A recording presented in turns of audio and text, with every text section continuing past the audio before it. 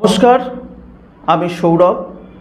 আজ আমি আপনাদের সামনে 11-12 ক্লাসের এবছরের যে সেমিস্টার ওয়াইজ নতুন সিলেবাস হয়েছে আমাদের ওয়েস্ট বেঙ্গল কাউন্সিল বোর্ডের, সেই সিলেবাসটির 11 ক্লাসের পার্টটি আমি আলোচনা করব। দীর্ঘদিন ধরে বহু আমাদের শিক্ষক বন্ধু ভূগোলের এবং আমার নিজের ছাত্রছাত্রী এদের একটু সমস্যা হচ্ছে, কতটা পড়তে হবে, কি পড়তে হবে, কি পরিবর্তন এলো। অনেকেই এই সংক্রান্ত ভিডিও করেছে, তো আমি চেষ্টা করছি আরেকটু সহজ করে এই সিলেবাসটি ডিসকাস করতে, যাতে এই নতুন সিলেবাস সম্পর্কে আমাদের কোনো শিক্ষক শিক্ষিকা বন্ধু এবং আমাদের ছাত্রছাত্রীদের কোনো সমস্যা না থাকে। আর ভূগোল সংক্রান্ত বিষয়গুলি পরবর্তীকালে জানার জন্য আমাদের এই চ্যানেলটির সঙ্গে থাকতে পারেন।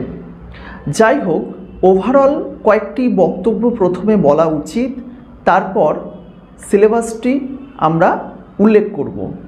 প্রথম বক্তব্য হচ্ছে, গত যে সিলেবাসটি ছিল আমার যতদূর মনে পড়ছে 2013 সালে এর আগের সিলেবাসটি কিন্তু পরিবর্তন হয়, আর এই পরিবর্তনটা হলো 2024-25 সেশনে।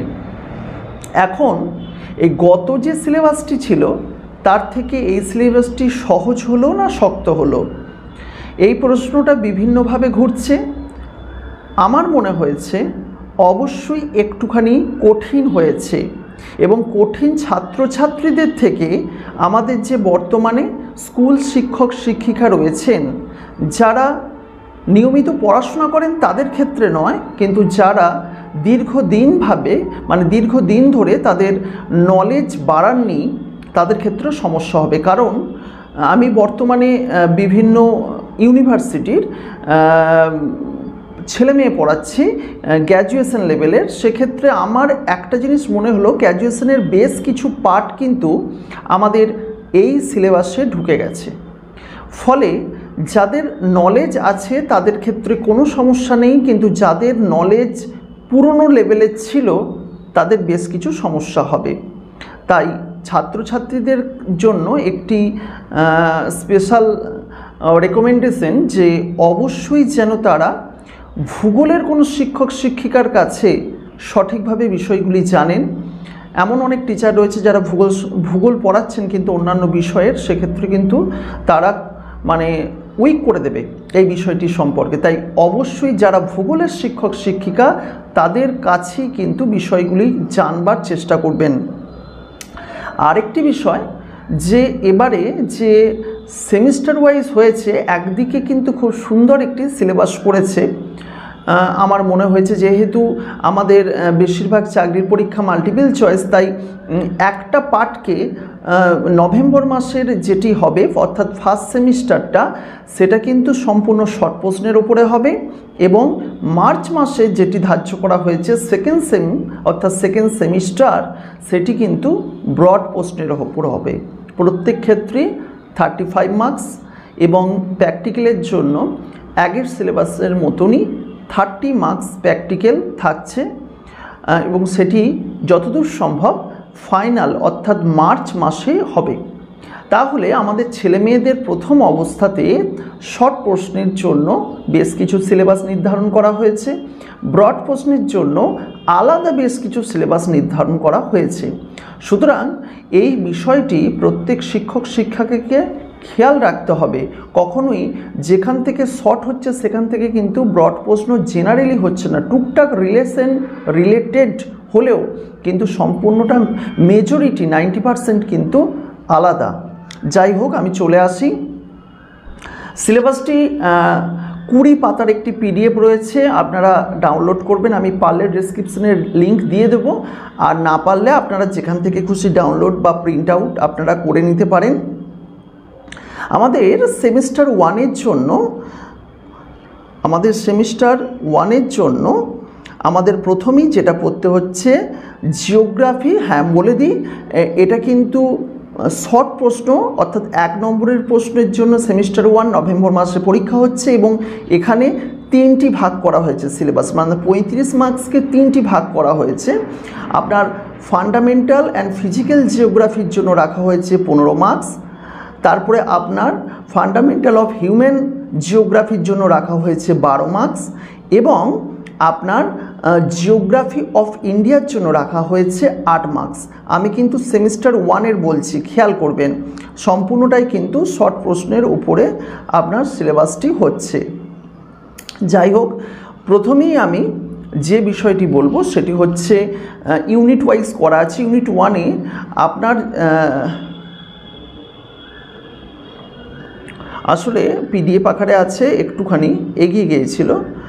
আচ্ছা, আমাদের ইউনিট 1-এ যেটা আছে জিওগ্রাফি অ্যাজ এ ডিসিপ্লিন, এখানে আমাকে definition, nature and classification of geography, scope and content of physical geography, এটা ছিল ক্লাস 11-এর পুরাতন সিলেবাস অনুযায়ী ক্লাস 11-এর মোটামুটি প্রথম চ্যাপ্টারটি যেটা ছিল সেই জায়গার একেবারে প্রথমের বেশ কিছু অংশ নিয়ে এই জায়গার শর্ট প্রশ্ন তৈরি হচ্ছে। অরিজিন অফ আর্থ, পৃথিবীর সৃষ্টি সম্পর্কে বর্ণনা, এখানে ক্লাসিক্যাল থিওরি জেফ্রিসের, কান্টের এবং মডার্ন থিওরি হিসাবে বিগ ব্যাং থিওরি, এর উপরে শর্ট প্রশ্ন আসবে। তারপর হচ্ছে ইন্টেরিয়র অফ দ্য আর্থ, পৃথিবীর আভ্যন্তরীণ গঠন, এই পার্টগুলি কিন্তু ক্লাস 11-এ ছিল, ইউনিট 2টাও কিন্তু তাহলে মিলে গেল। আচ্ছা, জিওমরফিক প্রসেসের মধ্যে আপনার এন্ডোজেনিক এবং এক্সোজেনিক, অর্থাৎ আভ্যন্তরীণ প্রক্রিয়া মানে বহির্জাত অন্তর্জাত আলোড়ন বা প্রক্রিয়া, বহির্জাত প্রক্রিয়া, যেটা ক্লাস 11-এ এবং 12-এ মিলিয়ে আছে। তা আমাদের অন্তর্জাত আলোড়নের মধ্যে আমাদের পড়তে হচ্ছে কনসেপ্ট এবং টাইপস, কিসের?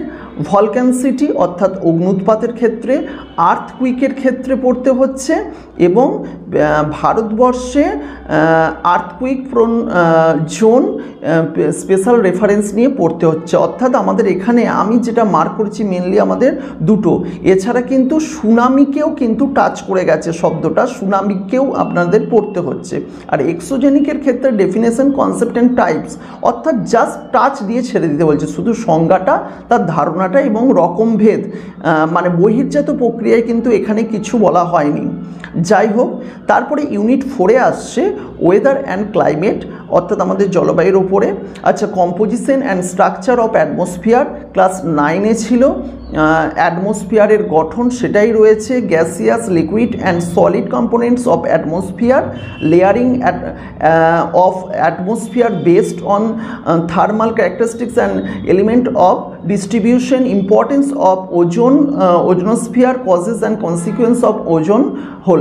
আচ্ছা, আপনাদের তাহলে এখানে কি কি পড়তে হচ্ছে? আমাদের বায়ুমণ্ডলের গঠন সম্পর্কে পড়তে হচ্ছে, তার গ্যাসীয় উপাদান, তরল উপাদান এবং সলিড উপাদান নিয়ে পড়তে হচ্ছে, এবং বিভিন্ন এই উপাদানের বৈশিষ্ট্য অনুযায়ী শ্রেণীবিভাগ পড়তে হচ্ছে, এবং ওজোন স্তর সম্পর্কে A to Z পড়তে হচ্ছে। মনে রাখবেন শর্ট প্রশ্নের উপরে। তাই এইটা নিয়ে ছিল প্রাকৃতিক ভূগোলের পার্টটি, এবং এরপরে হিউম্যান ভূগোল, হিউম্যান জিওগ্রাফি। হিউম্যান জিওগ্রাফিটা কিন্তু পুরাতন সিলেবাসে ছিল, এবারের জন্য মোটামুটি সম্পূর্ণ নতুন সিলেবাস আপনি ধরে নিতে পারেন। এখানে scope and content of human geography unit 1, এটা কিন্তু বলছি 12 মার্কসের জন্য, অর্থাৎ প্রথমে আমাদের একটি পার্ট চলে গেল, এটা 12 মার্কসের 12টা মার্কসের প্রশ্ন আসবে, এখানে 12টি প্রশ্ন আসবে। Concept of man environmental relationship, আচ্ছা, fields and subfield of human geography, মানুষের সঙ্গে পরিবেশের আন্তঃসম্পর্ক নিয়ে এখানে কিছু প্রশ্ন, যেটি সম্পূর্ণ নতুন সিলেবাস, এটি আসবে। এবং ইউনিট 2-এতে ইকোনমিক জিওগ্রাফিকে রাখা হয়েছে, যেখানে classification of economic activities, primary, secondary, tertiary, quaternary, quinary sectors with characteristics and example, অর্থাৎ আমাদের যে 5 সেক্টর অফ ইকোনমি রয়েছে, সেই 5 সেক্টর অফ ইকোনমিকে আপনাকে খুব সুন্দরভাবে এখানে শর্ট প্রশ্নের আকারে ক্লাসিফিকেশনটি করতে হবে। এবং এখানে মেনলি শর্ট প্রশ্নটা হবে প্রাইমারি অ্যাক্টিভিটিসের ওপরে, যেখানে থাকছে hunting, gathering, pastoral agriculture, subsistence, commercial, mixed, market gardening and dairy farming, অর্থাৎ শিকারবৃত্তি জমা করা এবং জীবিকা সত্তাভিত্তিক, বাণিজ্যিক মিশ্র কৃষি, বাজার বাগান কৃষি এবং ডেয়ারি মানে হচ্ছে দুগ্ধ প্রক্রিয়াকরণ, এই বিষয়টি আপনাকে কিন্তু পড়তে হচ্ছে। এবং এখানে আপনাকে হচ্ছে ক্যাশ ক্রপ অর্থাৎ অর্থকারী ফসল দুটো গ্লোবালি আপনাকে পড়তে হচ্ছে, যেটা ভারতের বাইরে এখানে একটা কফি, সুগার ক্রোন অর্থাৎ আপনার ওই চিনির দানা মানে হচ্ছে ওই আখ পড়তে হবে, কফি পড়তে হবে, অ্যান্ড কটন, আর মাইনিং পড়তে হবে অর্থাৎ খনিজ, সেখানে টাইপস অ্যান্ড এনভায়রনমেন্টাল প্রবলেম, খনিজ উত্তোলনে পরিবেশগত সমস্যা। সুতরাং এই জায়গাটা গেল 12 মার্কসের, এখান থেকে দারুণ শর্ট প্রশ্ন হতে পারে। এবং ফাইনালি আমাদের 8 মার্কসের ওপরে আসছে ইন্ডিয়ান জিওগ্রাফি অফ ইন্ডিয়া। সেখানে ইউনিট 1-এ পড়তে হচ্ছে ইন্ডিয়া অ্যাজ এ কান্ট্রি, সেখানে পড়তে হচ্ছে geographical location, size, administrative set up, neighbouring countries, অর্থাৎ ভারতের অবস্থান, ভারতের কাঠামো অর্থাৎ রাজ্যের কাঠামো এবং ভারতের পার্শ্ববর্তী যে দেশগুলি, আমরা এই বিষয়টা কিন্তু ক্লাস 8-এ একবার হয়তো পড়ি, যদিও আমি 8-এর সিলেবাস সম্পর্কে জানি না। যতদূর সম্ভব 8 বা 9-এর প্রথমে ভূগোলে এই সিলেবাসটি কিন্তু রয়েছে। এবং তারপরে আমাদের স্ট্রাকচার এবং ফিজিওগ্রাফিক এই বিষয়ের উপর আসছে ইন্ডিয়ার physiographic division of India with special reference to technique prone, অর্থাৎ ভূ আলোড়নের ফলে যে পরিবর্তন, সেখানে পেনিনসুলার, নন এক্সট্রা পেনিনসুলার, ইন্ডো গ্যাঙ্গেটিক এবং কোস্টাল প্ল্যানিং এবং আইল্যান্ড, অর্থাৎ এখানে মানে হচ্ছে উপদ্বীপীয় এবং অতি উপদ্বীপীয় মানে হচ্ছে বহিরুপদ্বীপীয়, অ্যাকচুয়ালি হচ্ছে আমাদের ভারতে হচ্ছে উপদ্বীপীয় গঠন অর্থাৎ দাক্ষিণাত্যটা, এবং ওপর দিকটা হচ্ছে এক্সট্রা পেনিনসুলার। আর এছাড়া যমুনা গঙ্গার সমতল যে ভূমি, উপকূল ভাগের সমভূমি এবং দ্বীপ অঞ্চল নিয়ে কিন্তু আমাদের পড়তে হবে। এবং ইউনিট 3-তে আমাদের ড্রেনেজ সিস্টেম নিয়ে পড়তে হচ্ছে, এবং ড্রেনেজ সিস্টেম মানে হচ্ছে সহজ করে আমি এখানে ডিসকাস করছি না, ইন্ডিয়ার নদ নদী সম্পর্কে পড়তে হবে।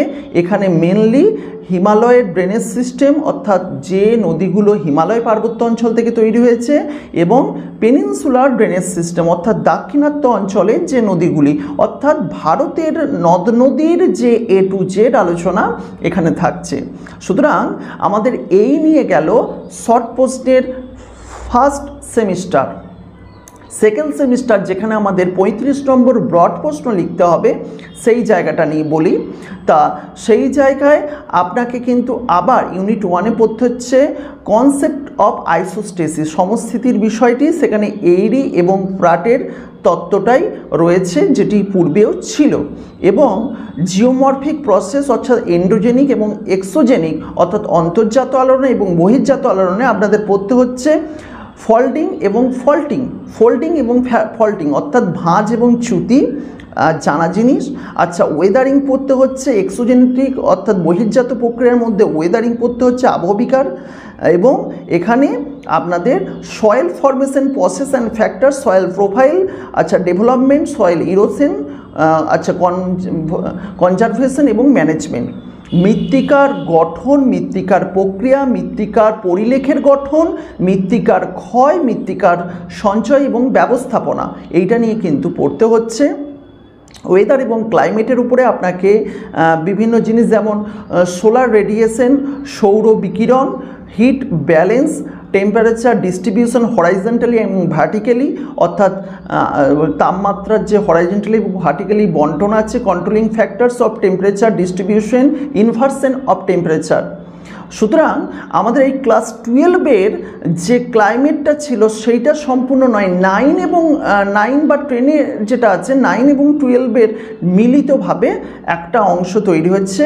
আচ্ছা, অ্যাটমসফিয়ারের ক্ষেত্রে কন্ট্রোলিং ফ্যাক্টরস রয়েছে অ্যাটমসফিয়ার, আচ্ছা সেলুলার ত্রিকোষ তত্ত্ব মডেল এবং প্ল্যানেটরি উইন্ড অর্থাৎ নিয়ত বায়ু প্রবাহ, এবং এখানে ওয়ার্কার সার্কুলেশন, আপার এয়ারের ক্ষেত্রে জেট স্ট্রিম, তাহলে জেট স্ট্রিম পড়তে হচ্ছে, ওয়ার্কার সার্কুলেশন পড়তে হচ্ছে, নিয়ত বায়ু প্রবাহ পড়তে হচ্ছে এবং ত্রিকোষ তত্ত্ব পড়তে হচ্ছে, যেগুলো মোটামুটিভাবে 12-এ ছিল। একবারে নতুন একটি বড় প্রশ্নের জন্য চ্যাপ্টার হাইড্রোস্ফিয়ার অর্থাৎ জলবিজ্ঞান ঢুকিয়ে দেওয়া হয়েছে। এখানে জলবিজ্ঞানে আপনার বিভিন্ন মডেল এবং সেখানে পৃথিবীর জল সম্পর্কে উল্লেখ করতে হচ্ছে, গ্লোবাল হাইড্রোলজি সাইকেল জলচক্র সম্পর্কে এবং রান অফ অর্থাৎ জলপ্রবাহ সম্পর্কে এবং ড্রেনেজ বেসিন হাইড্রোলজিক্যাল ইউনিট অর্থাৎ জলবিজ্ঞান জলচক্র নিয়ে কিন্তু পড়তে হচ্ছে। এই পাঠটি ছিল পুরাতন সিলেবাসে, পুরাতন ইউনিভার্সিটির সিলেবাসে দুটো জায়গা থেকেই বাদ গেছে। এবারে অর্থাৎ গতবারে যেটা 4 বছরের গ্র্যাজুয়েশন হয়েছে সেখানে কিন্তু এই পার্টটি যেমন ঢুকেছে, এবারে 11 ক্লাসের সেকেন্ড ইউনিটে বড় প্রশ্ন আকারে ঢুকলো। খেয়াল রাখতে হবে প্রত্যেক টিচারকে, স্টুডেন্টকে তো অবশ্যই খেয়াল রাখতে হবে। আমরা এটা যে গেলাম এটা কিন্তু 15 মার্কসের বড় প্রশ্নের পার্ট গেল। এবার 12 মার্কসের বড় প্রশ্নের মানে সেকেন্ড সেমিস্টারের 12 নম্বরের জন্য বড় প্রশ্ন যেখানে হচ্ছে ইকোনমিক জিওগ্রাফি, সেখানে আমরা প্রাইমারিটা ওখানে শর্ট প্রশ্ন পড়ে এসেছিলাম, এখানে পড়তে হবে সেকেন্ডারি, টার্সিয়ারি, কোয়াটারনারি, কুইনারি। বাকি 4টে সেকেন্ডারি, টার্সিয়ারি, কোয়াটারনারি, কুইনারি অর্থাৎ শিল্প থাকবে, সেবা থাকবে, পরিবহন থাকবে, গবেষণা থাকবে এবং বুদ্ধি প্রদান, তথ্য প্রদান, এই জায়গাটি কিন্তু থাকছে সম্পূর্ণ। এটি 12 মার্কসের জন্য থাকছে। এবং বাকি ইন্ডিয়ান জিওগ্রাফির ওপর, জিওগ্রাফি অফ ইন্ডিয়ার ওপরে ওইখানে আমরা মোটামুটি যে পার্টটি পড়ে এসেছিলাম তার পরের পার্ট থেকে, এখানে আর ফিজিক্যালের ক্ষেত্রে নেই, এখানে হচ্ছে ইন্ডিয়ান ক্লাইমেট, ভারতের জলবায়ু, সেখানে মনসুনকে মেনলি পড়তে হচ্ছে, মনসুন এবং ENSO এলিনো সাদার্ন অসিলেশন এটি নিয়ে এবং গ্লোবাল ওয়ার্মিং এবং ইন্ডিয়ান ক্লাইমেট এইগুলোকে নিয়ে ডিসকাস A to Z করতে হবে। ফরেস্ট অফ ইন্ডিয়া ভারতের বনভূমি নিয়ে ক্লাস 9-এ বা 10-এ ছিল, ওইটাই আবার বেশি করে পড়তে হচ্ছে। এবং ফাইনালি একটা natural hazard and disaster in India, natural hazard and disaster in India class 12-এ এটি ছিল হ্যাজার্ড অ্যান্ড ডিজাস্টার। এটা কিন্তু ভারতের পরিপ্রেক্ষিতে কিন্তু বিষয়টা ভারত, এবং এখানে অবশ্যই ওয়েস্ট বেঙ্গলটা উল্লেখ করে দিয়েছে, Hazard prone zone of West Bengal, অর্থাৎ ভারত এবং পশ্চিমবঙ্গ, ভারতের মধ্যেই পশ্চিমবঙ্গ, কিন্তু পশ্চিমবঙ্গকে কিন্তু আলাদাভাবে পড়তে হবে, বেশ কিছু পশ্চিমবঙ্গে নিয়েও চিন্তাভাবনা করতে হবে। সুতরাং এটি গেল সেকেন্ড সেমিস্টার এবং এখানেই কিন্তু একটি আলাদাভাবে প্র্যাকটিক্যাল পরীক্ষা হবে। প্র্যাকটিক্যাল বিষয়টি কিন্তু অত্যন্ত গুরুত্বপূর্ণ বিষয় এবং এটি অনেকটা বড় পরিবর্তন হয়েছে। যারা ভিডিওটি সম্পূর্ণ দেখছেন ভালোভাবে দেখবেন, প্র্যাকটিক্যালের বিষয়টি টিচার এবং স্টুডেন্ট প্রত্যেকের বোথের জন্য খুব ইম্পর্টেন্ট। প্রথমেই হচ্ছে ইন্ট্রোডাকশন অফ ম্যাপ, এখানে তেমন কিছু নেই, এখানে ম্যাপের একটা ইন্ট্রোডাকশন, কিন্তু শুরু হচ্ছে মেন ইউনিট 2 থেকে ম্যাপ স্কেল। এখানে আমাদের জিওগ্রাফিক্যাল স্কেল, এখানে লিনিয়ার, কম্প্যারেটিভ, ভার্নিয়ার, এই স্কেল 3টে, ডায়াগোনালটি দেয়নি, আচ্ছা লিনিয়ার আচ্ছা দিয়েছে, কম্পারেটিভ, ডায়াগোনাল অ্যান্ড ভার্নিয়ার, 4টে স্কেল নিয়ে পড়তে হবে। 4টে স্কেল যা আগে ছিল না, আগে ছিল লিনিয়ার একটি, তাই অবশ্যই অনার্সের টিচারদের সঙ্গে যোগাযোগ করতে হবে, নার্সদের সমস্যা হয়ে যেতে পারে। ইউনিট 2-এ হচ্ছে ম্যাপ প্রজেকশন, ম্যাপ প্রজেকশনেও পরিবর্তন এনেছে। প্রথমেই যে পরিবর্তনটি বলি, concept of map projection, classification and mathematically করতে হবে। আমরা এর আগে জিওগ্রাফিক্যালি করতাম, গ্রাফিক্যালি বলতে হয়, জিওগ্রাফি নয়, গ্রাফিক্যালি করতাম। এখানে কিন্তু ক্যালকুলেটর ইউজ করে করতে হচ্ছে। পোলার জেনিথাল স্টিডিওগ্রাফিক প্রজেকশন যেটি ছিল না, এখন চলে এসেছে simple conical projection with 1 standard parallel, যেটা ছিল সহজ সাংখ্য অভিক্ষয়, এবং মার্কাটরস প্রজেকশন যেটা আমাদের ইকুয়াল এরিয়া প্রজেকশন ছিল, তারই একটি মেন ভাগ মার্কাটরস প্রজেকশন সারা পৃথিবীর পরিপ্রেক্ষিতে দেখানো হয়। সেই মার্কাটরস প্রজেকশন কিন্তু এসেছে, মাইন্ড ইট। ইউনিট 2 এর ক্ষেত্রে ইন্টারপ্রিটেশন অফ টোপোগ্রাফিক্যাল ম্যাপ, আমি এটা ডিসকাসে যাচ্ছি না, এটি অলরেডি 12 ক্লাসের সিলেবাসে ছিল, টোপোগ্রাফিক্যাল ম্যাপ নিয়ে A to Z বিষয়।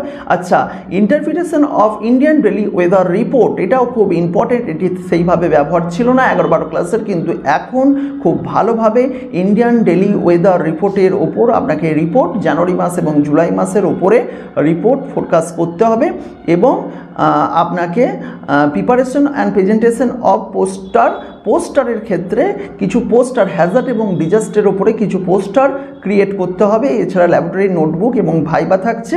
খাতাটির জন্য অনেক স্কুল কি করায়, A4 সাইজ খাতা করায়, কিন্তু আপনাদের এই বিষয়টি উল্লেখ করে দিই, খাতা কিন্তু আপনাদের মাস্ট A3 সাইজ অর্থাৎ চওড়া হরাইজেন্টালি যে চওড়া খাতা, সেই খাতা করার কিন্তু ইনস্ট্রাকশন দিচ্ছে ওয়েস্ট বেঙ্গল কাউন্সিল বোর্ড। সুতরাং যারা স্কুল টিচার যারা আমার ভিডিওটি দেখছেন, অবশ্যই আপনারা এই ইনফরমেশনটি আরও ভালোভাবে খতিয়ে দেখে নেবেন এবং স্টুডেন্টদের জন্য যে বিষয়টি বলছি অবশ্যই আপনারা খেয়াল রাখবেন বিষয়টি, কারণ এটি অত্যন্ত গুরুত্বপূর্ণ। এবং যে টিচার আগে থেকে ভূগোল পড়ায় তার কাছেই যোগাযোগ করো, এমন জায়গায় যেও না, তাহলে কিন্তু এবারের আর ভূগোল পড়াটি আপনাদের পক্ষে তোমাদের পক্ষে সম্ভব হবে না। যাই হোক, আজকের মতো বিদায় নিচ্ছি। ভালো থাকবেন, সুস্থ থাকবেন এবং অবশ্যই ভালো রাখবেন। ভূগোল সংক্রান্ত যে কোনো সমস্যার জন্য আমাকে অবশ্যই কমেন্ট করতে পারেন। নমস্কার।